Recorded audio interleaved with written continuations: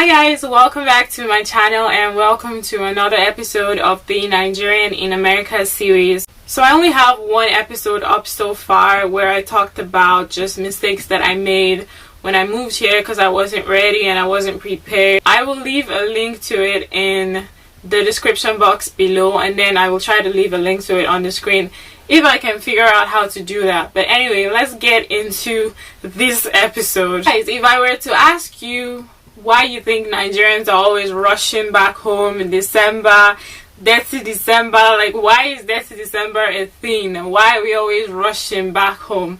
What would your answer be? I know the most obvious answers are, okay, you know, we just want to come and have fun and spend the dollars and the pounds and the euros and all the foreign currency that actually have value. And don't get me wrong, there's nothing as sweet as spending pounds and dollars and all those foreign currencies in Nigeria. It's very sweet, I can testify to that fact. And the fun that we have in Nigeria is out of this world. But if we're being honest with ourselves, that is not actually the reason why we're always running back home December and any given opportunity that we get to come home. Okay, I will tell you guys a secret for free, but you have to stay tuned if you want to find out.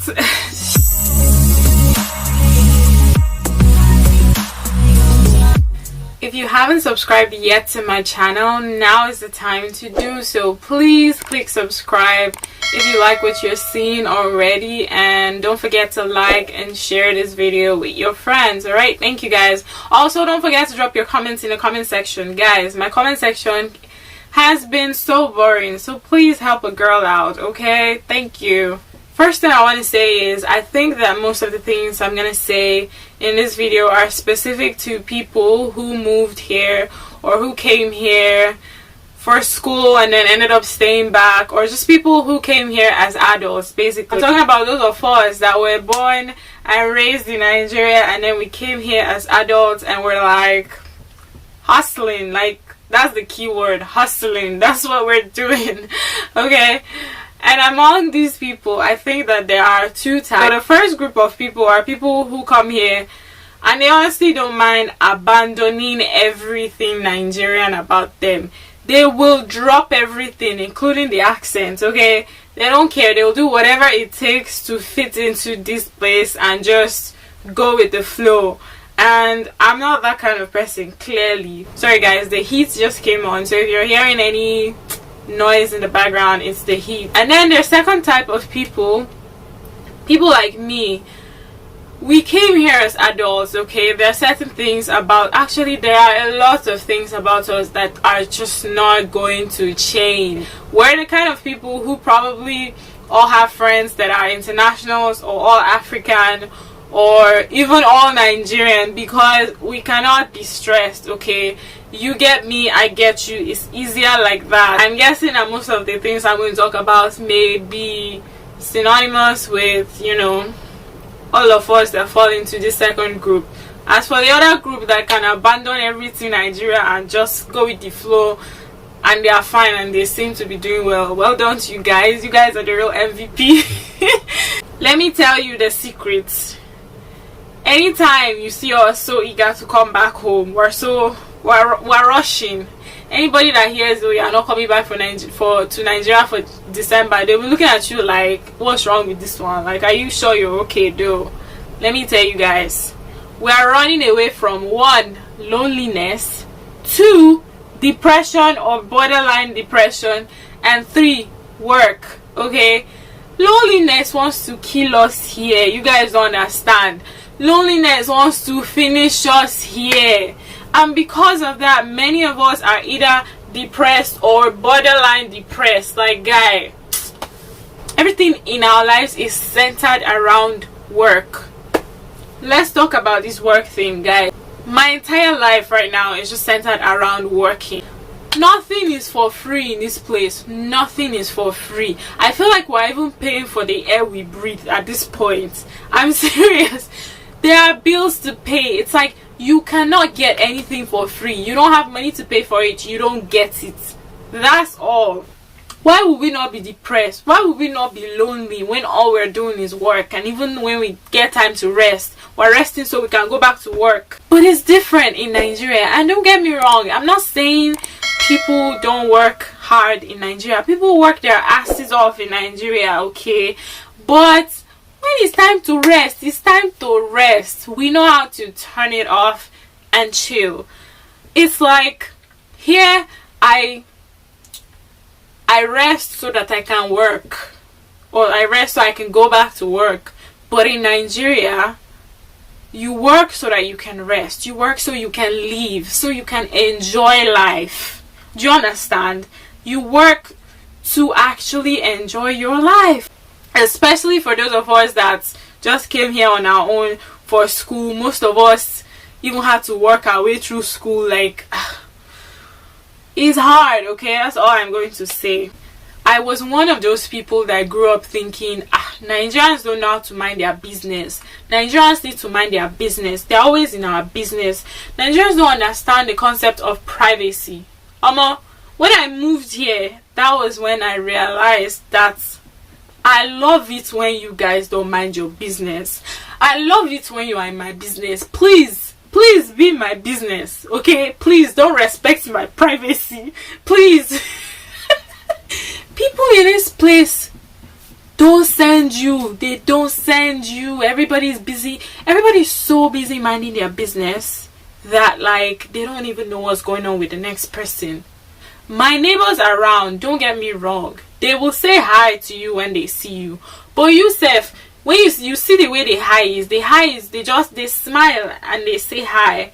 But before the hi even finish leaving their mouth, the smile has disappeared. That's how you know that it's just on the surface.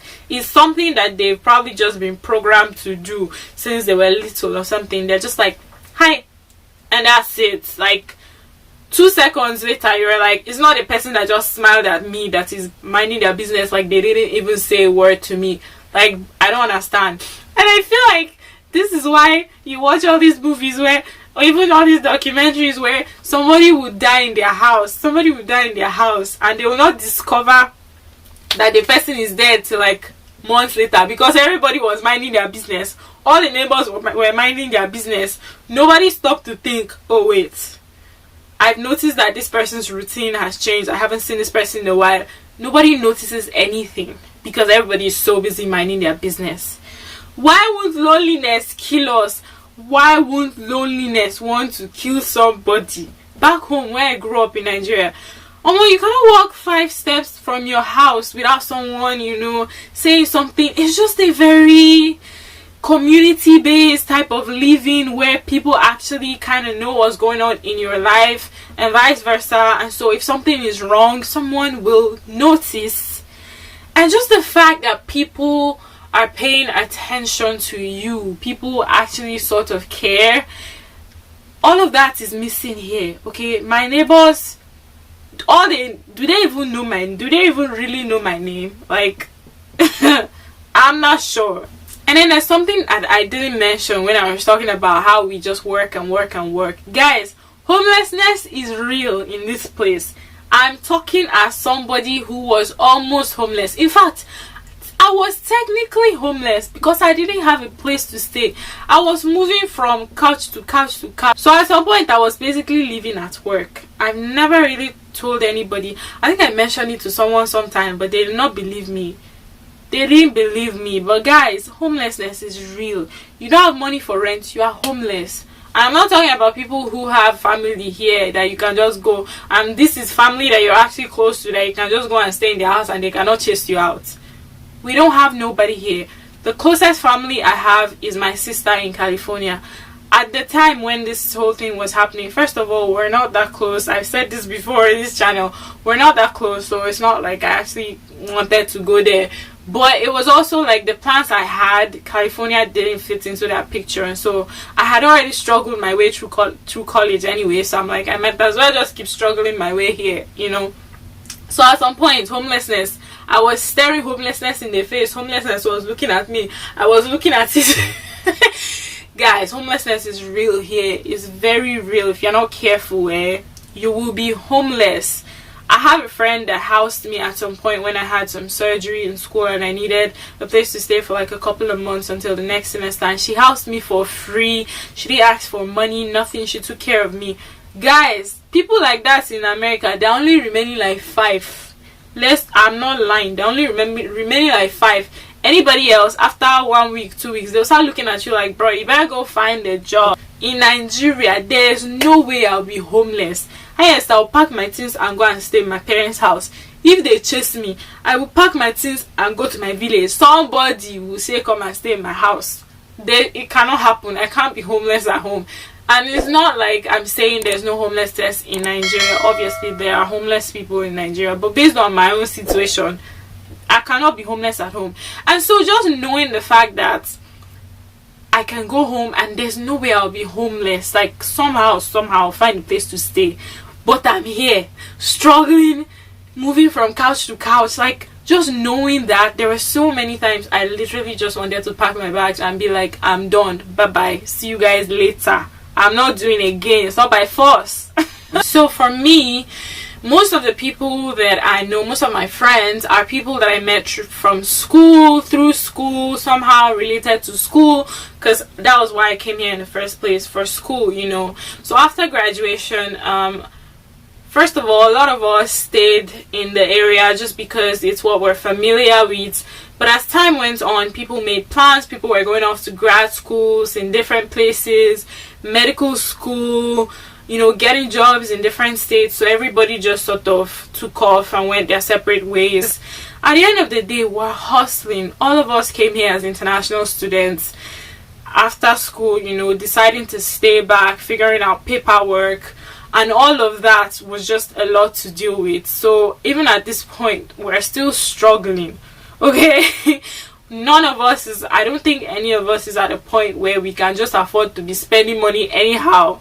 You can call me on the phone, we can FaceTime, video chat, whatever, but we're not spending our money to come and see ourselves when we're really just struggling. Most of us even still have to send money back home to our people. So you factor in all of that, and it's just not feasible to see your friends all the time because everybody is hustling. Like, that's the key word, hustling. Everybody is hustling right now. Like, just thinking about it, it's like I'm by myself, right? I have people that I've met along the way, new people, you know, from work, random people, but it's just not the same. I'm also the kind of person that tends to stick with friends for a long time.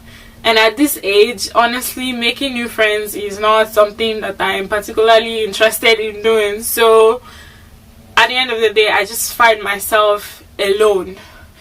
And like, sometimes it can get to you just not having someone that you can call up and be like, let's hang out. It can really get to you if you think about it. And then the next thing I'm going to talk about is just the vibes. For lack of a better word, I'm just gonna say vibes. All right, everything it's just a different vibe here from the vibe in Nigeria. Okay, here I guess I would say the energy, everything is so structured, right? Everything is so organized. Honestly, my personality, I'm not the kind of person that does well with rules, with limitations, with confinements. So this place sometimes gets to me because it's like there's so many things that you have to take into consideration. Sometimes, I'm not going to lie, when I see the things that Americans are bothered about, things that people go on and on and on and on about, I'm just like, how is this even a problem? Like, how did we even get here? Like, it's like you people don't have real life problems, that you're now manufacturing problems for yourself just because. I know that can sound a bit offensive, like I'm invalidating people's problems or whatever, but I'm not. It's just like based on where I'm coming from. You guys don't know you have not seen real problem. You have not seen the kind of problem that is looking at you and saying there's nothing you can do about me. At least here, there's something you can do about your problems. But back in Nigeria, it's like you're on your own. Find a way to work with that problem to your destination, because it's not leaving you away. It's not leaving you alone. I think the bigger issue here is that I'm black in this place, and there's just a lot of restriction that comes with this skin color. And that's just the truth. No matter how we try to look at it, that's just the truth. And just feeling like that all of the time is not. I'm even lucky I'm in Massachusetts, where, you know, the racism is not really visible like that. I'm pretty sure there are still racist people here, but it's not as visible as it is in some other parts of the country. So I'm even lucky. But still, it's just, being black in America is a whole experience on its own. And then you couple that with all of these other things that I mentioned, and man, it just makes everything hard. And so at the end of the day, most of us are just trying to work hard, pay our bills, send some money home, save up some money to actually like set ourselves on course for whatever goal we've set for ourselves in the long run. Like, we're just trying to survive. We're just trying to make a better life for ourselves, for our parents. And this place is so freaking stressful that we're just tired all the time. We're lonely all the time. And a lot of us are either depressed or borderline depressed, and it's just, at this point, it has just become part of who we are and how we are. And I think that is very, very sad, to be honest, but it is what it is. That is why we are always coming home, okay? If nobody told you, that's why. I'm telling you right now. And anybody that comes to tell you it's a lie is lying, okay? Anyway, guys, that's all for this video. I hope that you learned a thing or two. So the next time that you see someone from Yankee, or they are just got back, people are always making fun of, ask them how they are doing, okay? Ask us how we're doing. We're not okay. We're not okay. I'm not going to tell you guys how many times I'm just in bed just crying. Why am I crying? I'm tired. There's no explanation. I'm tired of the struggle. Like, that's all. That's why I'm crying. Anyway, guys, you guys leave your comments in the comment section. Let me know what you think about all of these. If you're in the diaspora and you can relate, please let me know. If you cannot relate, please tell me too, and tell me your secrets, maybe to help me. Don't forget to like, share this video, and leave your comments. Like I said, if you still haven't subscribed, now is the time to do so. And that's all for now. I will see you in my next video. I love you guys. Bye.